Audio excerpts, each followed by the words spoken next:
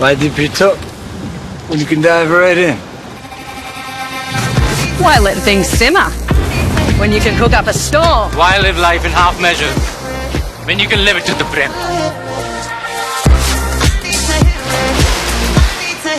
మోదీ ఈ నెలాఖరులో వైజాగ్లో land అవ్వబోతున్నారు.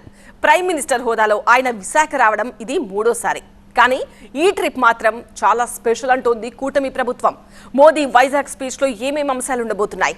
Visakha steel plant ప్రైవేటీకరణపై ఇప్పటివరకు ఉన్న కన్ఫ్యూజన్కు మోదీ తెరదించబోతున్నారా అనేది ఏపీలో తాజా సస్పెన్స్.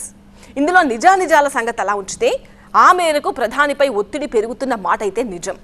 ఈసారి తగ్గే ప్రసక్తే లేదు అంటోంది విశాఖ ఉక్కు పరిరక్షణ పోరాట committee.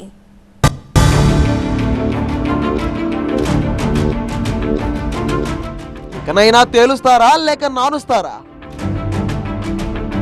Visakha steel plant future పై సస్పెన్స్. మోదీ వైజాగ్ టూర్ లో క్లారిటీ వస్తుందా? ప్రధాని స్టేట్మెంట్ ఇవ్వాలంటూ అల్టిమేటం. ఇది క్లైమాక్సే అంటున్న పోరాట కమిటీ. ఈ నెల 29వ తేదీన ప్రధాని మోదీ ఉమ్మడి విశాఖ జిల్లాలో పర్యటిస్తారు. అనకాపల్లి సమీపంలోని పూడిమడకలో ఎన్టీపీసీ తలపెట్టిన గ్రీన్ ఎనర్జీ ప్రాజెక్ట్ శంకుస్థాపన చేస్తారు మోదీ. విశాఖ రైల్వే జోన్తో పాటు మరికొన్ని అభివృద్ధి ప్రాజెక్టులను సైతం ప్రారంభిస్తారు. Visakhapatnam Andhra university engineering college ground లో జరిగే బహిరంగ సభలో మోదీ ప్రసంగించే అవకాశం కూడా ఉంది.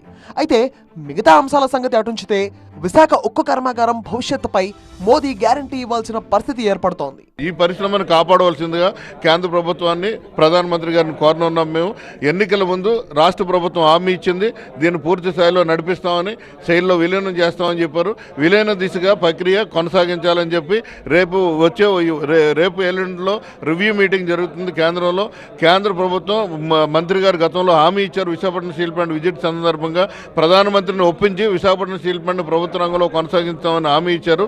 ఈ రివ్యూ మీటింగ్లోనే ఒక ప్రణాళికాబద్ధంగా విశాఖపట్నం స్టీల్ ప్లాంట్ని ప్రభుత్వ రంగ సంస్థగా కొనసాగిస్తాం, శైలిలో విలీనం చేస్తామని చెప్పి ప్రకటించాలని చెప్పి కోరుతున్నాం.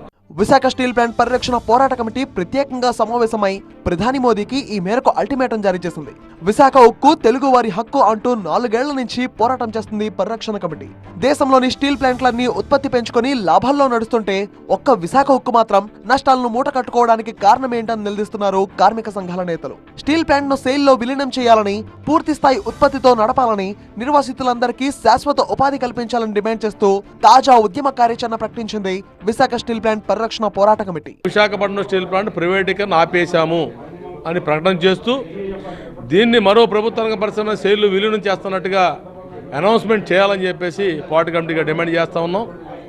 ఇది చేయడం ద్వారా భారతదేశ అవసరాలకు సంబంధించినటువంటి మొత్తం స్టీల్ని ఈ సంస్థ ఉత్పత్తి చేయగలదు. ఈ మెర్జ్ చేయడం మూలంగా విశాఖపట్నం స్టీల్ ప్లాంట్లో కొన్ని వేల మందికి మరలా ఉద్యోగులు వచ్చే అవకాశం ఉంది యువతకి.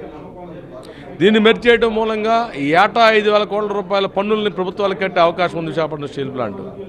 ఈ మెర్జ్ చేయడం ద్వారా తెలుగు రాష్ట్రాలు ప్రత్యేకించి స్టీల్ని చౌకగా ఉత్పత్తి చేసి సరఫరా చేసే పరిస్థితి మనకు కలుగుతూ ఉంది. దీన్ని మెర్జ్ చేయడం మూలంగా ఈ విశాఖపట్నం స్టీల్ ప్లాంట్ ప్రజల ఆస్తి ప్రభుత్వ ఆస్తిగా కొనసాగుతుంది. అదే సందర్భంలో రైతులకి పుష్కల బ్రాండ్ పేరుతో అమ్మోనియాను ఉత్పత్తి చేసి ఇవ్వబోతూ ఉన్నాం.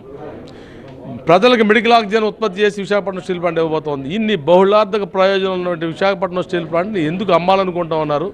దాన్ని అమ్మడం లేదని ప్రకటన చేసి విశాఖపట్నం స్టీల్ ప్లాంట్ ప్రభుత్వం కొనసాగాలని చెప్పి డిమాండ్ చేస్తాం. బ్లాస్ట్ ఫర్నేస్లన్నీ నిర్లక్ష్యం చేసి ప్లాంట్లను కష్టాల ఊబిలోకి దించుతున్నారని, భయపెట్టి ఉద్యోగులతో రాజీనామాలు చేయిస్తున్నారని, వేధింపులకు గురి చేస్తున్నారని, అటువంటి అణచివేత విధానాలు మానుకోవాలని హెచ్చరిస్తోంది పరిరక్షణ కమిటీ.